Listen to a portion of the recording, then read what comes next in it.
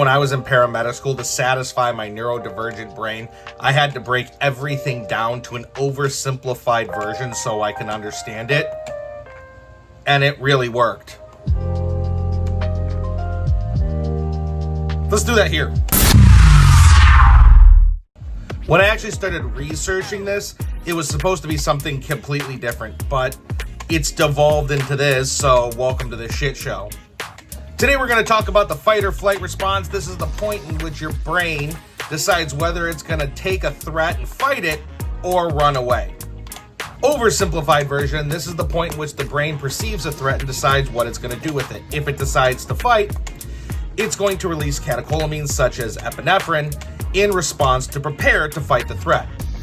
If it decides it's going to run away and go to the flight response, it's going to increase muscle tone, heart rate, and blood pressure in preparation to be a huge bitch. What?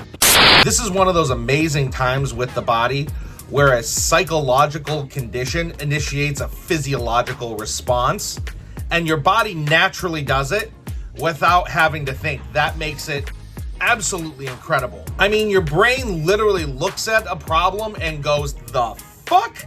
And decides what it wants to do in a split second. Potential problem though, everything in this world nowadays can be considered a stressor, from civil unrest to what's happening in the world to grocery prices and gas prices around you.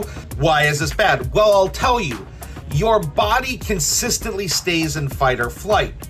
This means that it's constantly dumping these catecholamines, constantly increasing blood pressure, constantly doing these things.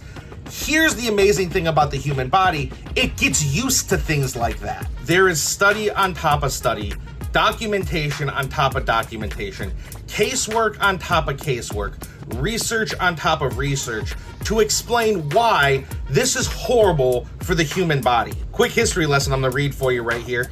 In the 1950s, people were institutionalized for a condition called psychoneurotic disorder.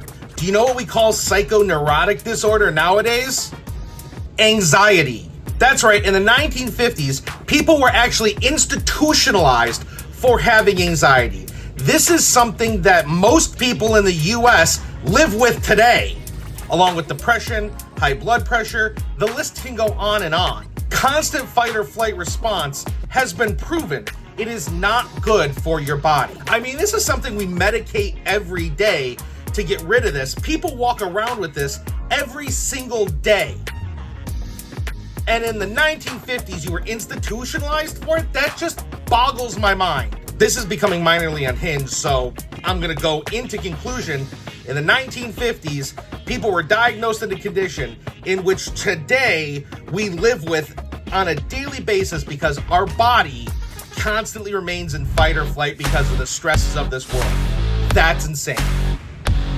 Thanks for watching. I hope you enjoyed this video. The best way to support the channel is to like and subscribe. If you want to see more of these videos or need something oversimplified and explained, write in the comments. I'll be happy to make a video for you. Now that I'm all frustrated about the fight or flight response, I'm going to go listen to some death metal and try to calm down. Be nice, be kind, be patient.